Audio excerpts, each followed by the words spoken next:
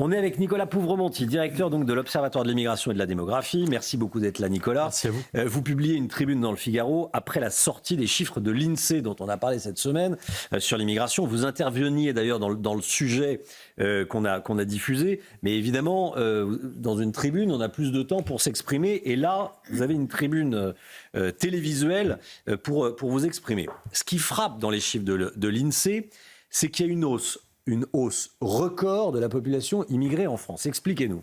Absolument, c'est-à-dire qu'on a enregistré en 2024, sur la base du recensement de l'INSEE qui a été rendu public, la plus forte hausse de la population immigrée jamais constatée sur une seule année. Elle a augmenté de 434 000 personnes, c'est supérieur de 65% au précédent record qui date de 2023. Donc vous voyez qu'on a écrasé le dernier record historique qui datait de l'année précédente. Donc on voit qu'il y a un phénomène d'emballement migratoire qui est vraiment très fort.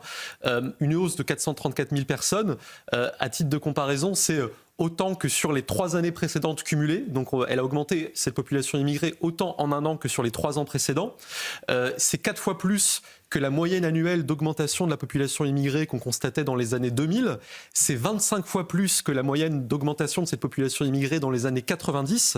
Et donc on voit qu'on a là un phénomène d'accélération migratoire qui semble ne pas connaître de frein moteur. Ouais. Une immigration qui est, alors c'est toujours important et c'est pas anecdotique de savoir d'où viennent les personnes immigrées, qui est de plus en plus africaine. C'est ça, c'est-à-dire que il y a une spécificité structurelle. Vous prenez tout le continent africain ou spécifiquement africaine ou à la différence de maghrébine ou Alors l'ensemble de la population africaine, c'est-à-dire qu'on a une spécificité structurelle de longue date en France qui est que nous avons l'immigration la plus africaine d'Europe. On a environ la moitié des immigrés en France qui sont nés sur le continent africain, soit au Maghreb, soit en Afrique subsaharienne.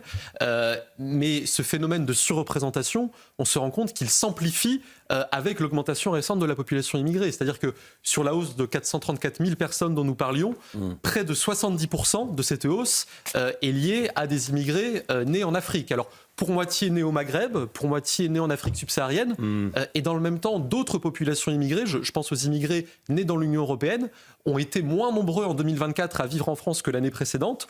Pourquoi ? Parce que, globalement, pour beaucoup d'entre eux, ce sont des immigrés âgés qui sont arrivés il y a plusieurs décennies en France, et les nouveaux flux que nous recevons sont très, très majoritairement extra-européens. Alors, la première question que je me pose quand je vois ces chiffres, 434 000 immigrés supplémentaires en un an. Bon.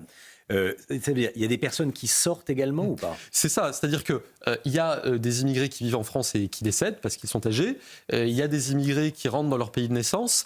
Et donc, si nous avons eu... Le solde net est de combien alors ? Alors, en fait, si nous avons eu une hausse de 434 000 personnes de la population immigrée en net, pour ainsi dire, ça veut certainement dire qu'on a eu des entrées d'immigrés l'an dernier supérieures à 500 000 personnes. Ça, c'est net. Ah, absolument. D'accord. Les 434 000, c'est la hausse de la population immigrée au total, en comptant les gens qui décèdent, les gens qui partent et les gens qui arrivent. L'autre question que je me pose, Nicolas Pouvremonti, vous qui connaissez par cœur ces sujets, qui avez une expertise sur ce sujet, 434 000 personnes qui arrivent. Quand on voit les difficultés qu'on a à loger, ne serait-ce qu'un étudiant dans une ville étudiante, on dit il n'y a plus de logement ou alors ça coûte une fortune.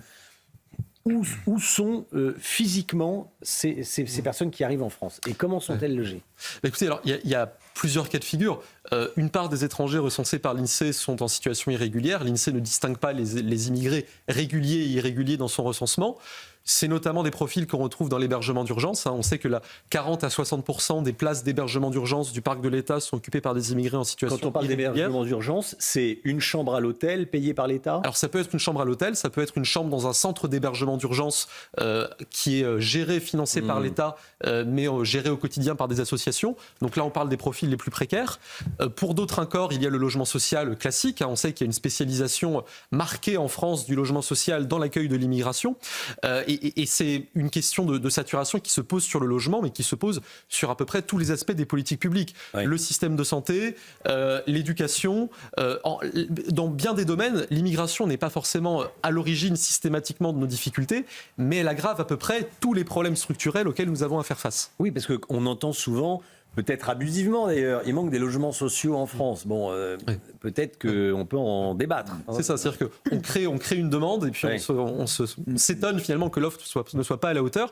Et c'est d'autant plus remarquable, hélas, cette hausse, semble-t-il, incontrôlée de la population immigrée, que dans le même temps, nos voisins européens tendent à se fermer en partie de plus en plus. Alors ça, c'est très intéressant. C'est que ce qui se passe en France, c'est à l'opposé de ce qui se passe dans d'autres pays européens. Allez, on met la Grande-Bretagne dans l'Europe, même avec des gouvernements de gauche. Oui, absolument. C'est-à-dire que, vous voyez, qui serrent la vis vis-à-vis de l'immigration. Mais tout à fait. Vous voyez, alors, on parle souvent du Danemark, qui est le modèle du pays social-démocrate. En 10 ans, le nombre annuel de nouvelles demandes d'asile au Danemark a baissé de 85%, pendant que chez nous, il augmentait de 120%. Mais si on regarde même tout simplement en 2024, parce qu'on parle de la hausse de 2024, au niveau européen, pour la première fois depuis le Covid, le nombre de nouveaux titres de séjour a baissé de 8%.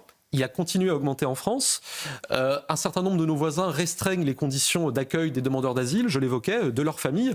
Pendant ce temps-là, sur les 7 premiers mois de l'année 2025, la France est devenue le principal pays d'accueil des demandeurs d'asile. On pourrait multiplier les exemples comme ça. Du fait de notre inertie politique, parce que vous l'avez évoqué il y a quelques instants, il n'y a pas de majorité à l'Assemblée pour prendre des décisions. Du fait aussi du poids particulièrement lourd de notre gouvernement des juges, eh bien la France se condamne à être de plus en plus un pays de rebond pour l'immigration en Europe, puisque nos voisins sont moins attractifs et que nous restons toujours aussi attractifs. Et de manière mécanique, nous devenons plus attirants pour certains types d'immigration. Merci beaucoup. Merci beaucoup Nicolas Pouvremonti, c'est toujours limpide. Et puis on retrouve tous vos travaux sur le site internet de l'Observatoire de l'immigration et de la démographie.